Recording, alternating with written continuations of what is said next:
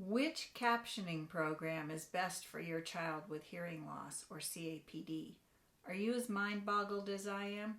Stick with me as we explore our options. I'll let you know what I like best at the end.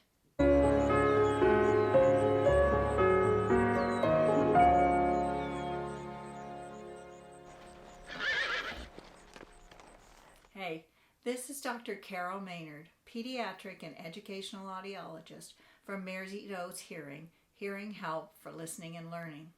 This spring, we were all thrown into a tizzy when trying to ensure that our kids had access to online learning, and captioning became a real need.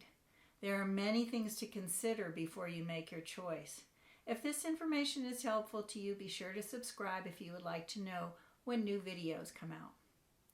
In our district, questions about privacy and safety for all the kids had everyone scrambling to find the best online platform and then finding the easiest way to caption the content. It was hard because things were constantly changing. We ended up with Google Hangouts, and I can firmly say that the captioning was pretty funny. I hesitated to even recommend to our parents that the captioning be used. Now that things have improved somewhat, there are several options for captioning online content on computers, smartphones, and tablets, as well as for captioning face-to-face conversations on smartphones or tablets. It's a new era. Communication Access Real-Time Translation, otherwise known as CART, or text interpreting, which are performed by a physical person who is typing what is being said, are options and are typically used in lecture classes for higher level and college classes. Here, however, we're going to talk about voice recognition captioning. That is done through an application on your computer or device without a real person typing. Here are some of the things you need to consider before committing to a captioning program. 1. Is your child ready to use speech to text?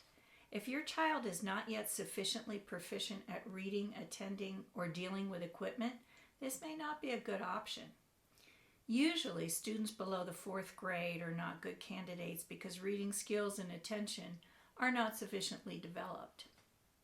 Dr. Karen Anderson has a great readiness checklist on her site, Supporting Success for Kids with Hearing Loss, that you might check out. I'll put the link below. 2. What do you want the program for? Is it to transcribe what is presented online by the classroom teacher? Will it be used to carry on conversations with others, or both? 3. What devices does it work on?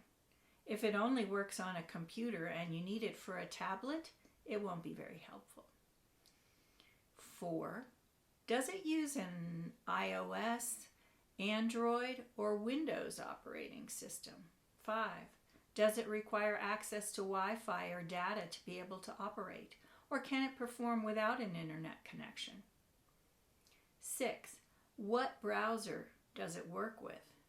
Does your child feel comfortable with that browser? 7.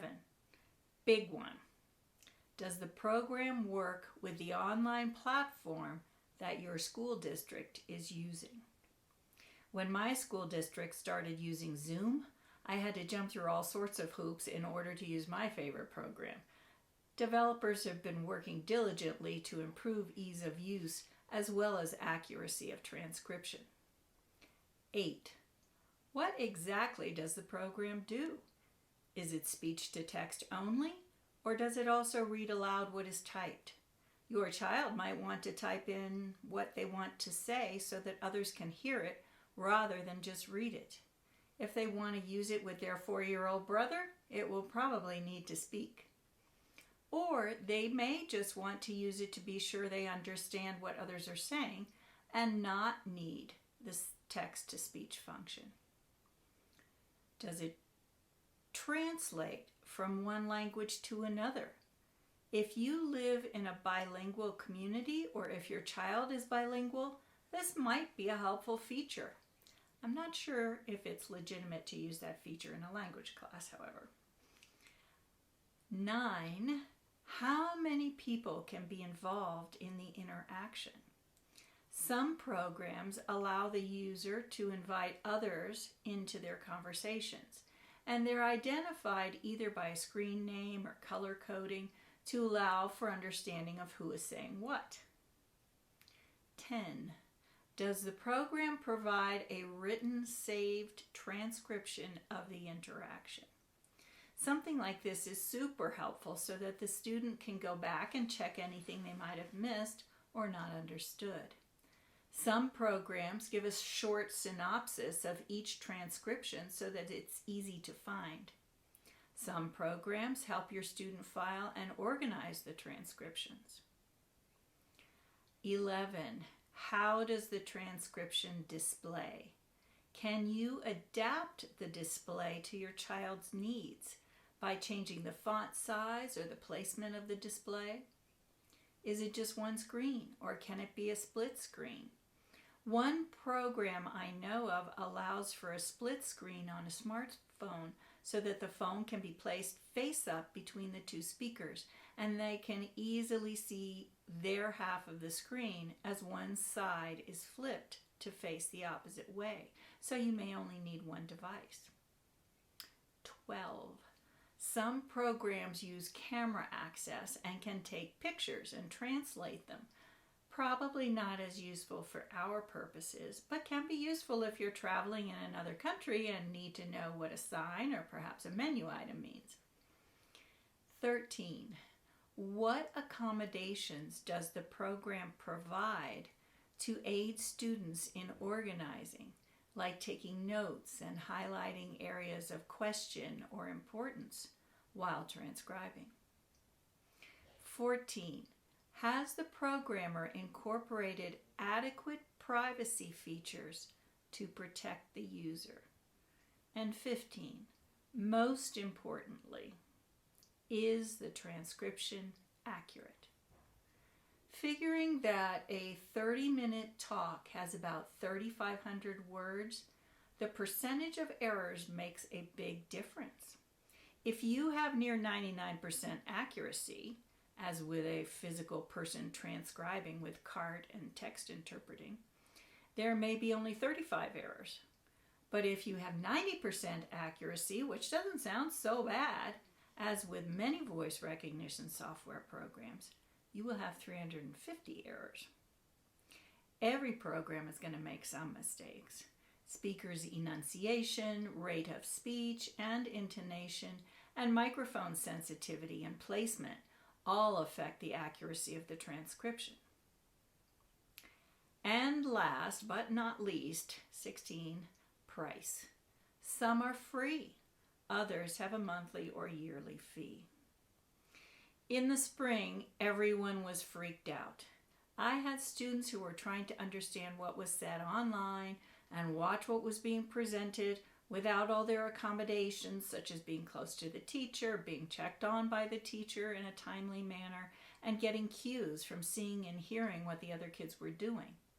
If they had a sign language interpreter, they were trying to watch that at the same time.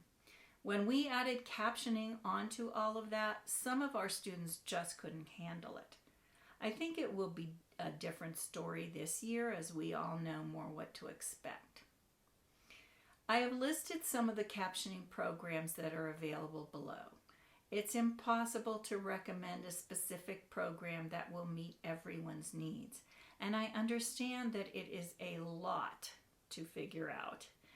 I do like Interact Streamer for my students with hearing loss and or CAPD, as it ticks most of the boxes that I feel are important, and it is flexible across platforms.